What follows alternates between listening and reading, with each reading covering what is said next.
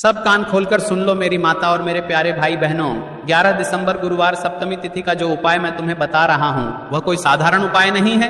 यह वह दुर्लभ उपाय है जिससे घर में धन की रुकी हुई राहें खुल जाती हैं और घर पर जो भी संकट चल रहा होता है वह हट जाता है। उपाय, एक गिलकी का पत्ता ले, उसे पर सिंदूर और अष्टगंध लगाएं, फिर उसे गिलकी के पत्ते पर गंगाजल छिड़के, फिर उस पत्ते के छोटे छोटे टुकड़े करके घर के हर एक छोटी से बड़ी जगह पर पटक दे। फिर देखना मात्र 8 घंटे के अंदर क्या चमत्कार होता है। जाकर यज्ञ करा, अनुष्ठान करा, दान करा, पुण्य करा, सत्कर्म करा, सब कुछ करा, दुनिया भर का तूने मंदिर बनवाया, देवालय बनवाया, पर तूने ब्रह्मलोक में आकर एक गलती कर दी कि जो पुत्री गंगा है जो मेरे कमंडल से निकल कर जा रही थी, तूने उसको गलत दृष्टि से देख लिया।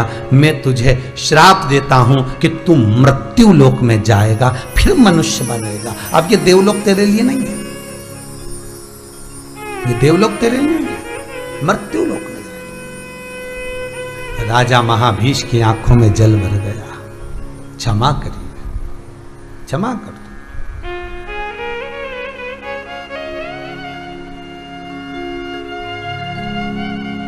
क्षमा करिए। ब्रह्मा जी कहते हैं, जिस गंगा को तूने देखा है मेरी सभा में, यही गंगा मृत्यु लोक में तेरी पत्नी बनेगी।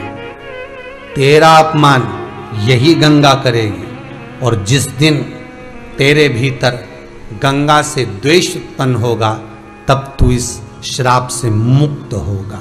और वही राजा महाभीष शांतनु बने। शांतनु बने तो उनके बनने का भी क्रम कुछ अलग ही था, उनके बनने का भी क्रम एक अलग था। राजा शांतनु कुरुवंश में हस्तिनापुर में राजा प्रतिपदा हुए। राजा प्रतिपदा जिनके 3 पुत्र थे, 2 पहले नंबर का देवपति, दूसरे नंबर का बहलिका।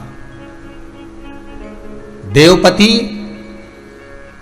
राजा प्रतिपदा का पहला पुत्र है, जिसके शरीर में कुष्ठ रोग हो गया था और जिसने सब कुछ त्याग दिया था और गंगा जी के घाट पर भगवान का भजन करने के लिए चला गया। दूसरे नंबर पर ब्रह्मलिका, जो सब कुछ छोड़कर भगवान का हो गया था। नाना जी के घर चले गया, फिर वहां से भगवान का हो गया। ये 2 पुत्र हो गए।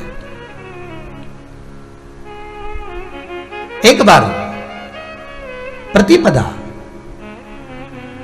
एकांत में बैठकर भगवान का स्मरण कर रहे थे। इनका चेहरे का जो तेज था बड़ा बड़ा प्रबल था।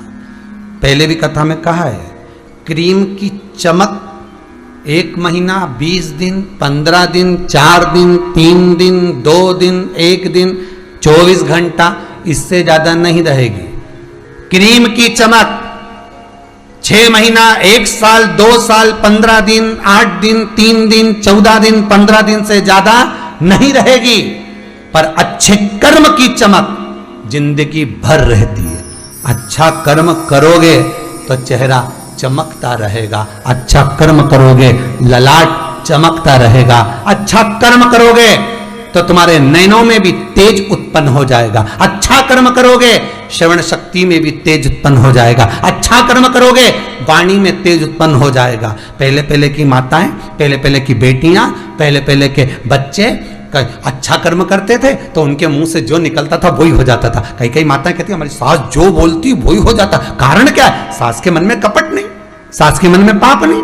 कई कहती हमारी बहू जो कहती है वही हो जाता। कारण क्या? बहू के मन में छल नहीं होगा, कपट नहीं होगा, प्रपंच नहीं होगा, बेईमानी नहीं होगी, जो मुख से निकल गया वो हो गया। और ये केवल एक बहू और सास के साथ नहीं होता, ये आपके साथ में भी हुआ है। जितने लोग कथा सुन रहे हो, पहले ध्यान करो कि आप जो सोचते थे वो हो जाता था। उसका कारण क्या था? क्योंकि आपकी चित्तवृत्ति में कपट नहीं था, छल नहीं था, प्रपंच नहीं था, बेईमानी नहीं थी। तो जो मन में आता था भगवान वो पूरा कर देता था। अब किसी को कुछ बोल देते थे तो हो जाता था, और वो बोलता भी था, तुमने कहा था हमारा काम हो गया, तुमने कहा था ऐसा हो गया। उसका कारण क्या है? कि तुम्हारी वाणी से जो निकल रहा है वो देववाणी हो गई है, तुम्हारे कर्म से, अच्छे कर्म से, श्रेष्ठ कर्म से। और अब वही वाणी से कुछ नहीं हो रहा, तो उसका कारण है कि मतलब भीतर कुछ पाप, कुछ कपट, कुछ छल, कुछ प्रपंच, कुछ बेईमानी सम्मुख में आ गई और वो करने नहीं दे रही, साधने नहीं दे रही।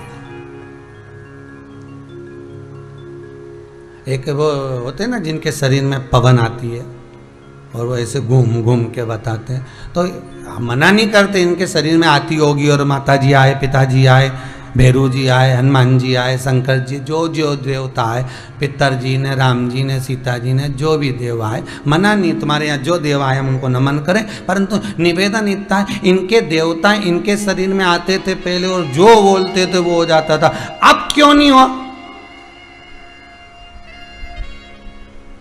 तुम्हारे मन में भी था हम तो उनके यहाँ जाते थे, तब राती जगह देते थे, हम पहले ऐसा करते थे और तुरंत वो जो बोलते थे तुरंत हो जाता था, पर आप तो ये घूमे खूब, पर बोले हो कि ये कर लो उसके बाद भी नहीं हो, उसका कारण क्या है? मतलब मन में कहीं जाओ साहब, एक नारियल ले आना, 2 अगरबत्ती ले आना, थोड़ा चना चिरौंजी ले आना, न 250 ग्राम मीठा ले आना, न ये ले आना, न वो ले आना। अब इनके मन में न चना चिरौंजी घूम रही है तो, और अगरबत्ती और वो नारियल घूमे, तो फिर देवता किधर घूमे बताओ? तुम बोलो रे जितना सुन रहे हो। अगर ये अगरबत्ती, ये नारियल, ये चना चिरौंजी नहीं घूमे नहीं तो देवता घूमे, और अगर ये घूमे तो देवता नहीं घूमे। बस इतनी सी बात याद कर, इतनी सी बात। यहाँ तो शिव पुराण कह रही है, शंकर जी की कथा में स्पष्ट किया गया कि कौन कहता है कि शंकर जी को ये चढ़ाओ, जल चढ़ाओ, शिव जी को धतूरा चढ़ाओ, शिव जी को बेलपत्र चढ़ाओ, शंकर जी को ये चढ़। शिव जी कह रहे हैं तुम्हारा मन पड़े तो चढ़ाओ, नहीं तो शिव महापुराण की कथा कहती है जो मैंने तुम्हें दिया वो तो तुम चढ़ाओ मती, जो तुम्हारा खुद का है वो चढ़ाओ। और मनुष्य का खुद का केवल एक अहंकार होता है। स्वयं का क्या है मनुष्य के पास? केवल अहंकार, अहम, मेरा। दक्ष प्रजापति शंकर जी के ससुर थे, उन्होंने बेटी दी कि नहीं दी? तुम तो केवल बेलपत्री दो, उन्हें तो बेटी दी। कन्यादान दिया, तुम तो केवल जल दो, तुम तो केवल पंचामृत दो, उनने तो बेटी दी। उनने तो भगवान को कन्यादान करा, छोरी दे दी, समान दिया, कन्यादान दिया, कितना दिया। उसके बाद भी दक्ष प्रजापति अहंकार नहीं दे पाया था, इसलिए तो सती मैया ने पूछा, एक बार पार्वती जी ने पूछ लिया, क्यों तुमने मेरे पहले पिता दक्ष प्रजापति का सिर क्यों काटा? पार्वती जी को याद आ गई कि मैं पूर्व समय में सती थी और मेरे पिता दक्ष प्रजापति थे, तो तुमने मेरे पिता का सिर क्यों काटा? शंकर भगवान से माता पार्वती एक बार पूछ लेती है। शिव जी कहते तुझे मालूम नहीं क्यों काटा? पार्वती जी बोली मैं तो समाप्त हो गई थी, मुझे क्या मालूम कि क्यों काटा। शंकर जी बोले इसीलिए काटा क्योंकि इसने सब कुछ दिया, कन्या भी दी, दहेज भी दिया, सामान भी दिया, सोफा सेट भी दिया, ने अलमारी भी दी, ने कूलर भी दिया, ने वॉशिंग मशीन भी दी, सब कुछ दिया। बस एक ही चीज नहीं दे पाया था, अहंकार। अगर ये अहंकार मुझे दे देता तो फिर इसको कुछ भी देने की जरूरत ही नहीं पड़ती।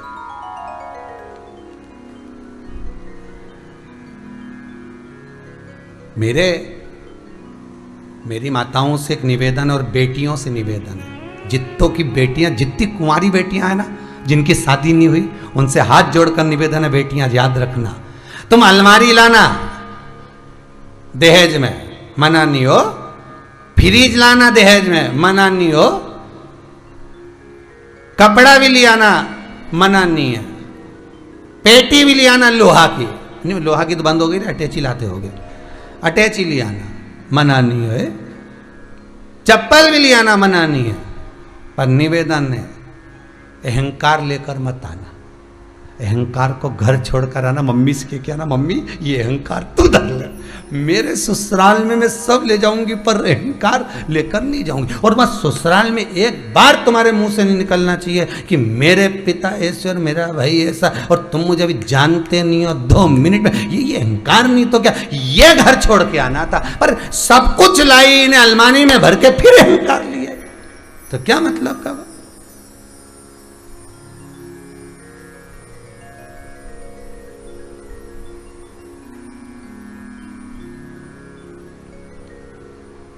और जो अहंकार लेकर आयो वो किसी काम का नहीं, काम आएगा भी क्या। सती मैया को अहंकार आ गया था, मैं दक्ष प्रजापति की पुत्री, मेरे पिताजी ने नहीं बुलाया तो क्या हुआ, मेरे पिताजी के पास कितना काम पड़ा है, हो सकता है छोरी को भूल गए हो, जिसकी इतनी सारी बेटियां तो एक आध बेटी के भूल गए होंगे, तो क्या मैं जाऊं नहीं? तो शिव जी बोले जा, मना कौन करे। और इतना अहंकार पिताजी का ने पहुंच गई, और पहुंच गई तो बस देखा कि यहाँ तो मेरा सम्मान ही नहीं हो रहा, नहीं हो रही है, तो बस समाप्त, सब कुछ ले जाओ, अहंकार को छोड़ दो।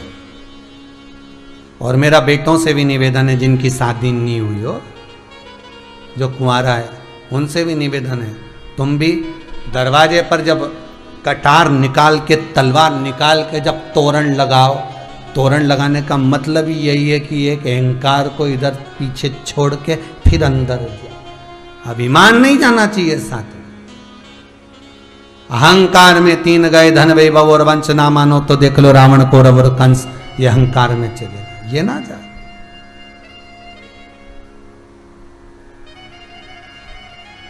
अभिमान नहीं जाना चाहिए। और वो अहम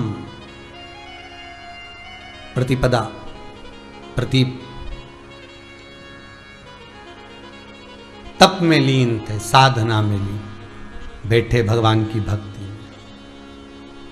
भगवान के भजन में बैठकर स्मरण कर रहे थे।